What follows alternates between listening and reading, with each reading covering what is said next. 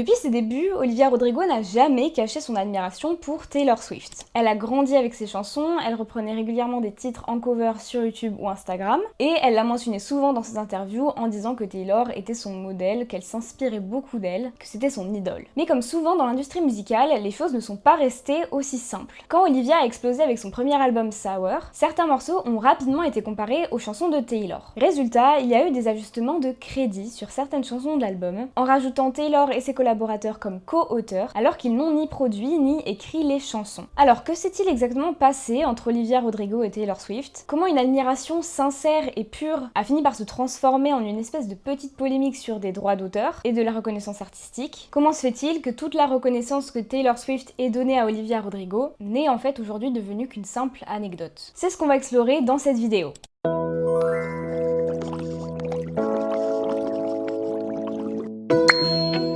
Coucou tout le monde, j'espère que vous allez bien, bienvenue dans cette nouvelle vidéo, moi c'est Calypso. J'espère que vous allez toutes et tous bien, ma foi. Je suis ravie de faire cette vidéo parce que c'est un sujet dont je voulais parler depuis longtemps, parce que même moi, je n'étais pas au courant de toute cette situation, vous voyez, enfin, on avait entendu des échos, des trucs par-ci, par-là, bien évidemment. Olivia et Taylor avaient beaucoup de contact, après ils avaient plus contact, etc. Donc je me demandais, mais qu'est-ce qui s'est passé? Qu'est-ce au passo, en fait, finalement? Donc voilà, c'est pour ça que je voulais tout simplement explorer ce sujet-là avec vous. N'hésitez pas à me dire si ça vous intéresserait aussi que je fasse la même chose pour Katy Perry et Taylor Swift. J'avais aussi pensé à faire une vidéo sur le Girl Squad que Taylor avait eu pendant l'ère de 1989 avec toutes ses copines et tout, et comment ce groupe s'est formé, comment il s'est déformé aussi. Voilà, c'est des sujets un peu plus people, mais ça touche quand même, on va dire, aux artistes, donc voilà. Pareil, j'avais pas forcément prévu de faire une vidéo sur le bif entre Taylor Swift et Kanye West, mais si ça vous intéresse, n'hésitez pas à me le dire. On connaît tous cette histoire, mais j'ai l'impression que sur le YouTube francophone, il n'y a pas vraiment d'explication, enfin de vidéo explicative de ce qui s'est passé entre Taylor Swift et Kanye West. Si je me trompe pas, en tout cas, j'en ai pas vu. Voilà, bref, j'espère que tout va bien pour vous, en tout cas que la rentrée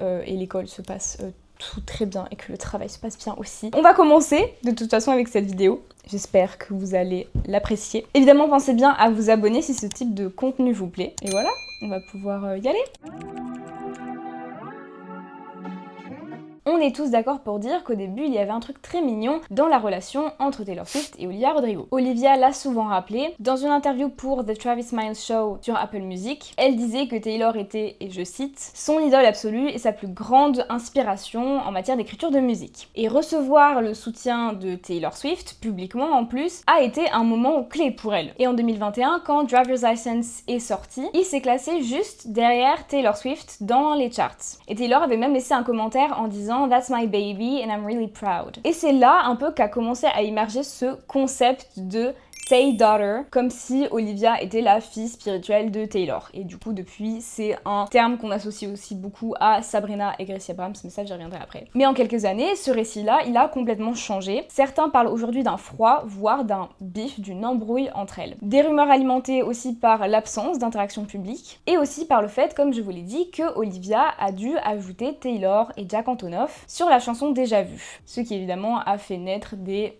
spéculation de tension. Alors que s'est-il vraiment passé? Comment est-ce qu'on a pu passer de cette relation élève-mentor hyper touchante, qui a été en plus partagée publiquement par les deux, à finalement le néant et plus aucune interaction? On va commencer dans l'ordre chronologique, il faut qu'on remonte un peu dans le temps, puisqu'en avril 2020, Olivia Rodrigo reprend Cruel Summer dans le cadre de l'initiative MTV's Alone Together, qui a été prise du coup pendant le confinement.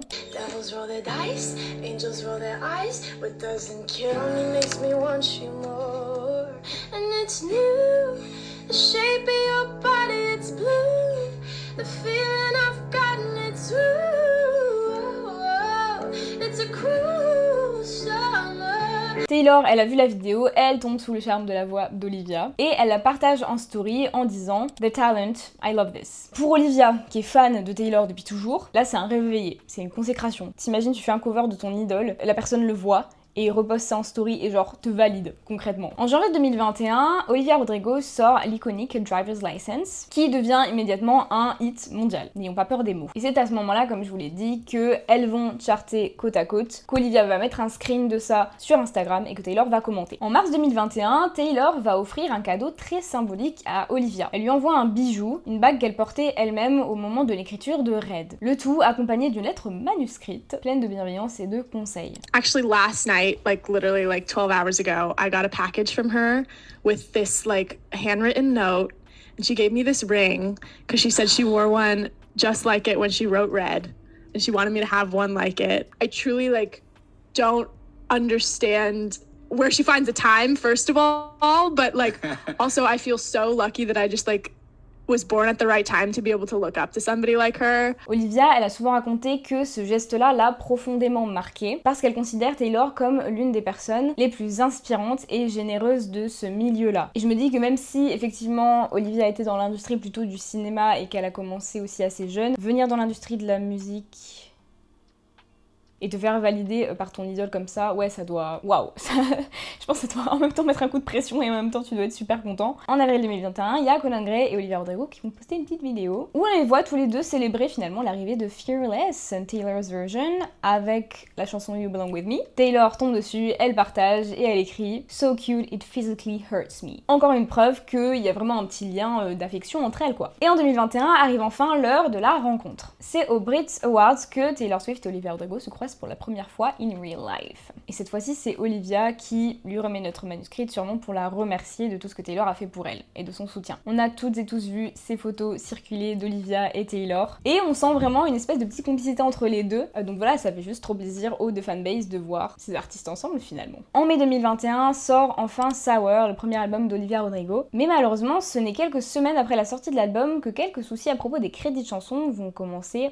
à apparaître et faire un peu parler. Sur son premier album, Olivia inclut une track qui s'appelle One Step Forward, Three Steps Back, une chanson qui a été construite à partir des accords de New Year's Day, de Taylor Swift qui figure sur Reputation. Et Taylor Swift et Jack Antonoff apparaissent comme co-auteurs officiels dans les crédits de la chanson. Olivia explique elle-même: on a interpolé New Year's Day. J'avais trouvé le concept de Step Forward et écrit un couplet et un refrain. Et quand je suis rentrée de voyage, j'ai essayé de les chanter sur les accords de Taylor, que je trouve magnifiques. J'ai eu la chance que ce soit validé et maintenant ça fait partie de mon album. Un peu plus tard, en juillet 2021, c'est la chanson Déjà Vu qui va être pointée du doigt pour avoir certaines ressemblances avec Cruel Summer. Ce qui a mené à ce que Taylor, Jack Antonoff et Saint-Vincent soient crédités à ce moment-là. Et ce geste a déclenché pas mal de débats parce qu'en fait, jusqu'où va l'inspiration? Quand est-ce que deux chansons deviennent trop proches? Et à quel point est-ce qu'Olivia Rodrigo a été influencée par son idole? Et je vais pas vous mentir, quand j'ai vu que Taylor avait réclamé des droits là-dessus, et ben j'ai pas compris. Parce que la partie qui est pointée du doigt et qui ressemblerait à Cruel Summer, c'est... Mais putain, c'est pas possible ça. Parce que la partie qui est pointée du doigt, et ben c'est le bridge. Je vous laisserai aller écouter parce que pour des questions de droit d'auteur, je ne vais pas mettre les chansons dans la vidéo. Mais je vous laisse aller écouter maintenant. Je trouve pas du tout que le bridge de Déjà Vu et de Cruel Summer se ressemble. Je comprends un peu parce que voilà, c'est peut-être dans la manière de dire les choses, dans la manière elle l'a construit, dans le phrasé plutôt, mais dans la production, je comprends pas. Enfin, c'est un bridge qui bouge quoi, il y a des trucs, des percus, des machins, on y va, tu vois, c'est le bridge de la chanson. Donc ouais, là j'avoue que j'ai pas trop compris quoi. Pour New Year's Day, c'est obvious. Olivia avait demandé à Taylor et Jack, c'est pour ça qu'ils étaient déjà crédités dès que la chanson est sortie. Olivia s'en était clairement inspirée de toute façon. Enfin voilà, on peut pas nier la ressemblance entre l'intro de New Year's Day et la chanson d'Olivia. Et là, pour Déjà Vu et Cruel Summer, c'est pas du tout aussi évident, je trouve. Et donc, c'est le 9 juillet 2021 qu'on va prendre cette news avec Variety, qui explique que c'est un crédit qualifié de non collaboratif, puisque Taylor, Jack et Saint-Vincent n'ont pas écrit ni composé la chanson. Et c'est là où ça devient un peu flou, c'est un peu sur les circonstances de comment ça s'est passé. Variety explique qu'on ne sait pas si c'est Taylor elle-même ou son équipe qui ont demandé ce crédit, ou alors si c'est venu après une décision juridique. Et je me dis quand même que même si ça avait été l'équipe de Taylor, à la fin c'est quand même elle qui valide un peu, enfin on sait que Taylor elle aime beaucoup avoir le contrôle sur l'entièreté de sa carrière et de ce qu'elle fait, donc je vois pas pourquoi elle aurait juste laissé son équipe faire ça, sachant qu'elle était proche d'Olivia. Personne n'a confirmé ni infirmé tout ça. Et ce qui semble probable évidemment, c'est que ça a été réglé en privé, of course. Et c'est un peu souvent ce qui se passe dans les affaires de droit d'auteur par rapport à la musique. Pour éviter le procès et plein de démarches juridiques, on négocie, on discute et tout est classé discrètement. Et c'est donc cette partie assez énergique du bridge de Déjà Vu où Olivia, je vous l'ai dit, elle crie un peu,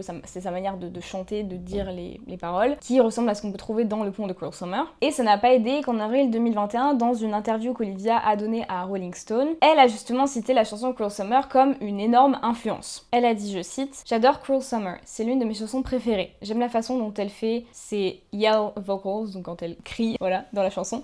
Je trouve ça super électrique et émouvant, donc je voulais faire quelque chose dans le même esprit. » Donc Olivia reconnaît son inspiration et c'est peut-être ça qui a ouvert la porte à cette espèce de comparaison un peu discrète. Même si, soyons clairs, on est plus dans une ressemblance au niveau du style que vraiment un copier-coller musical, comme dans New Year's Day. Mais dans l'industrie de la musique, ce genre de détail suffit souvent à créer des litiges et à transformer une inspiration en crédit d'auteur officiel. En août 2021, Olivia ajoute encore des crédits, et avant même que toute l'histoire de crédit avec Taylor Swift ne prenne de l'ampleur, un autre cas montrait déjà d'autres inspirations de la part d'Olivia. Et ça a été pour la chanson Good For You, l'un des plus gros succès de l'album. Good For You puise clairement dans l'esthétique pop-punk de Misery Business de Paramore, qui est sorti en 2007. C'est un peu le même style dans le sens où voilà, c'est la même énergie, la même rage d'adolescente, tu vois, centralisée dans une mélodie accrocheuse, tout ça. Et pour le coup, je trouve qu'effectivement, il y a une petite ressemblance entre les deux chansons. Et pareil, c'est pas flagrant, jamais je vais écouter Misery Business et me dire ah c'est Good For You, jamais je vais écouter Good For You et me dire ah c'est obvious que c'est Misery Business, vous voyez. Et figurez-vous que cette ressemblance a tellement été vite remarquée que de nombreux médias l'avaient souligné et sur les réseaux sociaux on a pu voir des mash-ups se créer entre les deux chansons. Et donc pour ça il faut forcément que les deux chansons se ressemblent. Et résultat, en août 2021, Hayley Williams et Josh Farro, les auteurs de Misery Business, ont été officiellement ajoutés comme co-auteurs de Good For You. Encore une fois, c'est pareil, Olivia elle a jamais caché son admiration pour Paramore, mais du coup voilà, il y avait toutes ces discussions entre où est la limite avec l'inspiration, encore une fois, comme pour Taylor Swift. Et c'est là que le débat s'élargit un peu. Olivia était-elle juste une artiste qui a été nourrie par ses influences, ou bien est-ce que c'est l'industrie qui l'a pointé du doigt et qui a vu ça comme quelqu'un qui copiait littéralement ses idoles? De son côté, Olivia Rodrigo, elle a admis avoir été un peu prise de court par ces changements. Elle a expliqué que ce genre de décision n'était pas toujours de son ressort, mais relevait plutôt de négociations entre équipes juridiques et éditeurs. En gros, c'était plus une affaire d'avocats et de contrats qu'une vraie démarche qui vise à éteindre un artiste ou personnel pour faire des querelles, si vous voulez. Et ce n'est pas anodin, puisque figurez-vous quand même que quand vous vous procurez des crédits sur d'aussi grosses chansons, ça a des conséquences financières, puisque selon plusieurs sources, ces crédits représentent 50% des droits de la chanson. 50%. La moitié. Autrement dit, une partie énorme des revenus générés par Good For You revient désormais à Hayley Williams et Farro. Et c'est une chanson pour laquelle ils n'ont pas du tout participé. Et donc là, on peut ouvrir notre pensée à autre chose. Est-ce que Olivia Rodrigo, elle n'a pas été victime d'un système qui protège les artistes bien établis et qui sert juste à les rendre bigger and bigger pour qu'ils aient plus d'argent, plus de trucs, plus de... Vous voyez. Ou est-ce que Miskina, elle, manque cruellement d'originalité à tel point qu'elle est obligée de céder la moitié de ses droits de certaines chansons à des artistes qui n'ont même pas participé ni à la production ni à l'écriture, à chaque fois qu'une ressemblance va être pointée. Parce que du coup, forcément, chaque ajout de co-auteur entraîne un partage des royalties. Et même s'il n'y a aucun chiffre qui a été communiqué, comme je vous l'ai dit, 50% c'est beaucoup, donc ici on pourrait parler de millions de dollars, étant donné en plus le succès des chansons. Et dans l'industrie, ce type d'arrangement est courant. Pour éviter un procès coûteux médiatisé, pour violation de copyright, on préfère faire tout ça en coulisses. Mais pour Olivia, cette situation a eu un impact personnel. En décembre 2021, elle est élue Entertainer of the Year par Time Magazine. Et dans l'interview, elle explique à quel point tout ça a été difficile à vivre. C'était vraiment frustrant de voir des gens discréditer et nier ma créativité. Et elle ajoute aussi un point essentiel, les jeunes femmes sont constamment comparées les unes aux autres. Je suis la nouvelle Intel ou la rencontre entre tel et tel artiste, et c'est réducteur. Moi, je suis juste Olivia, je fais mon propre truc, et c'est important quand les gens le reconnaissent. En fait, derrière le succès fulgurant d'Olivia Rodrigo et toutes ces récompenses, il y a aussi le poids des comparaisons incessantes, la surveillance permanente de son originalité, de si elle arrive à se démarquer ou pas, et la réalité financière d'une industrie qui ne laisse rien passer. Et puis, il y a maintenant 2 ans pile, aujourd'hui je crois en plus, puisque je tourne cette vidéo le 8 septembre, donc ça fait 2 ans pile. Ça fait déjà 2 ans que Guts est sorti, mon dieu.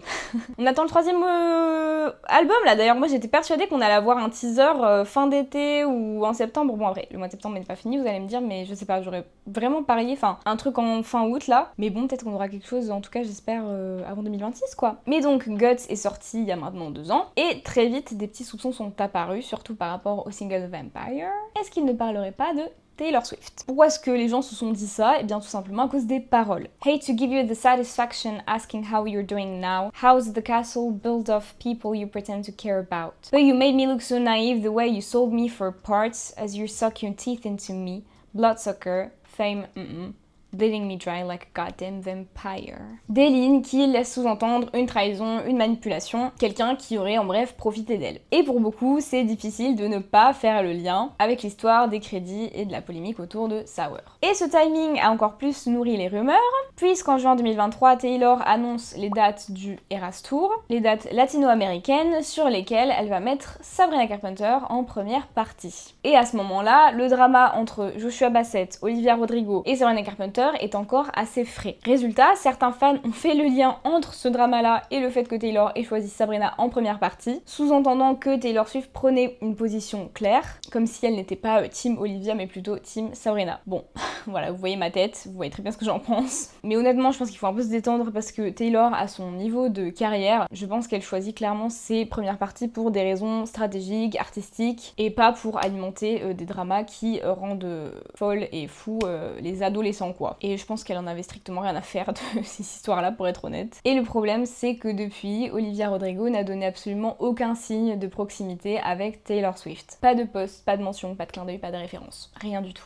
Après, pour revenir sur Vampire, c'est vrai que ça pouvait aussi carrément faire référence à son ex et à une histoire d'amour ou une histoire d'amitié. Enfin bref, une déception que t'as par rapport à quelqu'un, que ce soit quelqu'un que t'admires ou pas, quoi. Donc voilà, sûrement que Vampire n'a absolument rien à voir avec toute cette histoire, mais le timing et ce qui se disait dans les paroles, a fait que les gens ont fait ce lien-là et qu'il était inévitable pour beaucoup de personnes. De son côté, Olivia est restée très vague quant à la signification de cette chanson. Elle explique qu'elle a écrit Vampire parce qu'elle était contrariée par une certaine situation et qu'au fond, c'est juste une chanson qu'elle a faite sur le fait de se sentir perdue et blessée et rien de plus. Et pour moi, le moment où je me suis vraiment posé des questions, c'est quand en fait j'ai capté tout simplement qu'Olivia n'est jamais allée au Eras Tour. C'est une énorme Swiftie, voilà, on a tous vu les interactions, je vous les ai montrées, je vous en ai parlé, et donc forcément c'est une absence qui a fait parler aussi. Et d'ailleurs j'en ai parlé avec ma meilleure amie Lorraine là, elle m'a dit peut-être que Olivia y est allée en mode soum soum un peu incognito, dans un stade avec autant de milliers de personnes, moi perso je vois pas trop comment on pourrait pas la repérer, mais c'est vrai que c'est bizarre qu'elle soit pas allée au Eras Tour, quoi. Mais bon, enfin, je reviendrai après là-dessus. En septembre 2023, elle accorde une interview à Rolling Stone où elle clarifie un peu les choses et explique qu'elle n'a de bif avec personne. Et elle est même un petit peu revenue sur toute cette histoire de crédit en disant « À l'époque, c'était très confus. J'étais naïve, pleine d'enthousiasme, les yeux grands ouverts. Ce n'était pas quelque chose dans lequel j'ai été super impliquée. C'était plus une histoire d'équipe contre équipe. Donc je ne serais pas la meilleure personne à qui demander. » Elle ajoute aussi un point important. Personnellement, elle ne pense pas qu'elle demanderait des crédits juste parce qu'une chanson ressemble un peu à une autre. Mais en même temps, elle nuance en disant « Qui sait où j'en serai dans 20 ou 30 ans ? Tout ce que je peux faire, c'est écrire mes chansons et me concentrer sur ce que je contrôle. » Et bien sûr, dans l'interview est venue la question fatidique de « Est-ce que Vampire parle de Taylor Swift ?» Et elle a répondu « Je ne veux jamais dire de qui parlent mes chansons. Je ne l'ai jamais fait dans ma carrière et je ne le ferai probablement jamais. Je pense que c'est mieux de ne pas enfermer une chanson dans une seule interprétation. » Et je trouve que c'est une excellente réponse, vu comment on a vu de toute façon avec Taylor Swift et beaucoup d'autres artistes à quel point, enfin quand elles expliquent à propos de qui sont leurs chansons, que c'est trop obvious, et ben elles se prennent des remarques plus sur ça et leur relation que vraiment leur potentiel artistique, vous voyez. Mais il n'y a pas que Vampire qui a suscité des interrogations par rapport au fait de est-ce que ça parle de Taylor Swift. Il y a aussi Lacey et The Grudge, qui contiennent des paroles qui ont fait un petit peu réagir. I have nightmares each week about that Friday in May, one phone call from you and my entire world was changed. Et beaucoup pensent que ça a fait référence à la façon dont les histoires de crédit d'écriture et de musique ont été amenées, puisque Sour est sorti le 21 mai 2021 et le dernier vendredi de mai tombait le 28. Et les crédits ont été ajoutés le 9 juin. Donc le timing colle parfaitement. And I hear your voice every time that I think I'm not enough. Pour certains fans, ces paroles pourraient aussi faire référence au fait que Taylor est omniprésente dans l'industrie et que son influence se fait sentir partout. Beaucoup ont aussi pointé du doigt Taylor Swift comme quoi elle tiendrait ce rôle de méchante et qu'en fait elle ne voudrait pas se faire remplacer dans l'industrie et que c'est pour ça qu'elle a demandé demander des crédits sur les chansons d'Olivia Rodrigo. Elle aurait peut-être vu l'arrivée d'Olivia Rodrigo comme une sorte de menace et aurait cherché à se protéger en lui disant genre gamin, tu vas te calmer, c'est moi qui domine l'industrie, d'accord, tu vas pas monter sur tes grands chevaux maintenant. Et on sait de toute façon, Taylor l'a déjà évoqué dans Nothing New et même dans Clara Bow et dans sûrement certaines chansons qui vont venir dans Showgirl, que c'est un sujet auquel elle a pensé, qu'il y a toujours des femmes qui remplacent d'autres à chaque fois dans l'industrie, etc. Et on va toujours trouver une nouvelle Taylor, une nouvelle Clara Bow, une nouvelle machin, une nouvelle ci, une nouvelle cela. Et du coup dans ce contexte, elle aurait peut-être aimé recevoir plus de crédit et de reconnaissance de la part d'Olivia. Après tout, si un jour un nouveau talent émerge et qu'il s'inspire de toi, autant rendre clair le fait que évidemment la personne s'inspire de toi. Il est également possible que Taylor Swift ne souhaite pas entretenir une relation amicale avec Olivia Rodrigo, qui à l'époque était surnommée la prochaine Taylor Swift, et il est même encore aujourd'hui, encore beaucoup de comparaisons qui sont faites sur leurs petites mimiques qu'elles ont sur scène, alors que pour Olivia au contraire c'était très flatteur. Et c'est un mélange assez confus parce qu'il y avait de l'admiration, il y avait de l'influence dans les chansons, et tous ces trucs-là tactiques d'industrie, de crédit et aussi d'émotions personnelles de la part d'Olivia qui ont créé une relation complexe finalement entre un mentor et son idole, une nouvelle star en devenir et une des plus grosses pop stars de l'industrie. Mais voilà qu'en janvier 2024, Olivia Rodrigo va performer aux Grammys. Taylor se lève comme à son habitude pour sa prestation et l'applaudit. Était-ce un signe de soutien? On n'en sait rien, le mystère reste entier. Depuis, il n'y a pas vraiment eu d'autres interactions entre les deux et pour être honnête, j'ai un peu du mal à me former un avis clair sur cette histoire. Je vais vous dire un peu ce que j'en pense quand même. En fait, ça m'embêterait de penser que Taylor a effectivement ouvert les bras à Olivia Rodrigo pour l'accueillir dans cette industrie, pour lui donner des conseils importants de la part d'une meuf qui est quand même là depuis genre 20 ans et qui a connu, je pense, des trucs assez difficiles, enfin voilà, par l'industrie de la musique et le public et les médias, etc. Donc elle a des conseils à donner, Taylor Swift à 100% c'est sûr, pour au final finir par vouloir entre guillemets planter un couteau dans le dos à Olivia et prendre 50% de ses royalties et inscrire son nom dans les crédits alors qu'elle n'a pas participé. Donc vraiment ça m'embêterait de penser que Taylor a une grosse responsabilité là-dedans, je vous mens pas. Parce que sincèrement je ne comprendrais pas quel est le but d'accueillir et de prendre sous ton aile une artiste comme ça pour 3 semaines après la sortie de son album, faire ça quoi, enfin rajouter des crédits comme ça. D'un autre côté, je pense que ce détachement de la part d'Olivia Rodrigo était nécessaire pour qu'elle puisse se libérer de l'ombre de Taylor qui l'a suivie beaucoup trop, qui était trop grande, et trouver sa propre voix et affirmer sa propre identité artistique tout simplement. Vraiment je pense que c'est volontaire et je pense qu'elle a été briefée là-dessus, je pense que ses équipes lui ont dit, elle ne communique plus du tout autour de Taylor comme elle le faisait avant et je pense que c'est parce que c'est quelque chose qui est encadré. Après comme je voulais revenir dessus, c'est vrai que ça me fait beaucoup de peine quand même pour elle parce que je me dis que enfin, c'est peut-être moi et mon ego, mais c'est vrai que avoir été accueillie par Taylor comme ça, avoir eu des interactions qui ont été hyper rendues publiques et voir que c'est Gracie Abrams et Sabrina Carpenter qui ont principalement, et Paramore aussi, mais bon, enfin, Hayley Williams et Taylor sont potes depuis très longtemps donc c'est compréhensible, mais qui ont fait ces premières parties-là. En fait, elle aurait très bien pu donner sa chance à Olivia comme elle a donné sa chance à Maisie Peters et à d'autres artistes aussi qui ont, vous savez, joué que sur une petite date à Londres. Mais je pense que c'est fait exprès qu'elle ne l'ait pas invitée et je pense vraiment que Olivia aurait pu assurer ces premières parties-là, complètement même. Et c'est fou parce que c'est Gracie Abrams pour le Sour Tour qui avait fait les premières parties d'Olivia. Et c'est pourtant Gracie Abrams qui se retrouve en première partie du Eras Tour et pas Olivia. Donc elle aurait pu le faire. Mais je pense vraiment qu'il y a eu un truc qui a fait que voilà, on a dit à Olivia, tu vas devoir sacrifier cette partie-là pour ton image artistique, pour toi-même, pour tous les bifs qu'il y a eu. Il faut pas qu'il y ait de lien avec Taylor. Et je pense que c'est le mieux qu'elle puisse toutes les deux faire. Après, ça me brise le cœur aussi qu'elle n'ait pas assisté au Eras Tour. Je me dis que c'est quand même une tournée qu'on a tous adoré vivre. C'était un truc assez dingue en tant que Swiftie. Et je me dis, mais genre, t'imagines, t'es fan de Taylor Swift comme ça et on te dit non, tu n'as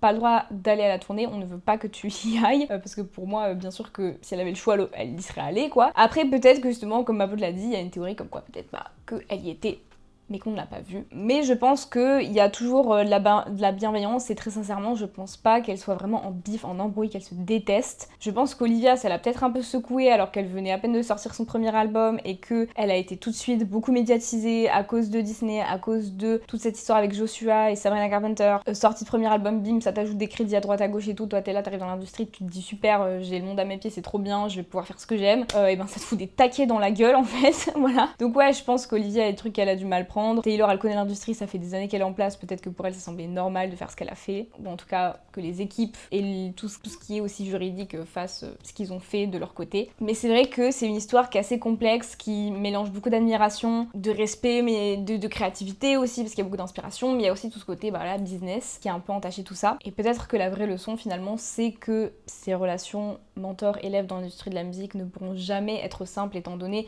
l'industrie, et surtout quand les enjeux financiers et l'aspect du business sont énormes. Voilà les amis, c'est tout pour cette vidéo, j'espère qu'elle vous a plu. N'hésitez pas à me laisser votre avis sur cette histoire quand même, parce que pour moi tous les points de vue peuvent s'entendre étant donné le peu de matière qu'on a aussi, donc je serais ravie de savoir ce que vous en pensez et de vous lire vos petits commentaires. Voilà, pensez à vous abonner évidemment si la vidéo vous a plu. Prenez soin de vous, on se retrouve très bientôt la semaine prochaine comme d'habitude, et moi je vous fais des gros bisous.